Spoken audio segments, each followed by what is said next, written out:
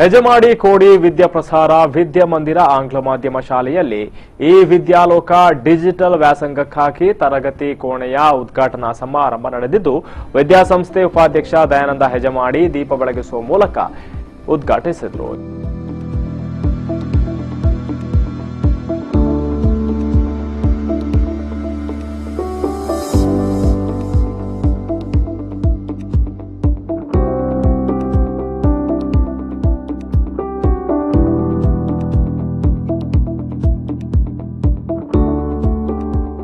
ಈ ಸಂದರ್ಭ ಮಾತನಾಡಿದ ವಿದ್ಯಾಸಂಸ್ಥೆಯ ಸಂಚಾಲಕ ಜಯಶೀಲ ಬಂಗೇರ, ಈ ವಿದ್ಯಾಲೋಕ ಡಿಜಿಟಲ್ ವ್ಯಾಸಂಗ ವಿದ್ಯಾರ್ಥಿಗಳಿಗೆ ಬಲು ಉಪಯೋಗವಾಗಲಿದ್ದು, ಪ್ರಪಂಚದ ಯಾವುದೇ ಮೂಲೆಯಲ್ಲಿರುವ ಉತ್ತಮ ಶಿಕ್ಷಕ ನಡೆಸುವ ತರಗತಿಯನ್ನ ನಾವು ಇಂದು ಉದ್ಘಾಟಿಸಿದ ತರಗತಿಯಲ್ಲೇ ಕುಳಿತು ಕೇಳಿ ಕಲಿತುಕೊಳ್ಳುವ ಅವಕಾಶ ವಿದ್ಯಾರ್ಥಿಗಳಿಗಿದೆ. ಇದನ್ನ ಸದುಪಯೋಗಪಡಿಸಿಕೊಳ್ಳುವಂತೆ ವಿದ್ಯಾರ್ಥಿಗಳಿಗೆ ಕರೆಯನ್ನು ನೀಡಿದ್ದಾರೆ.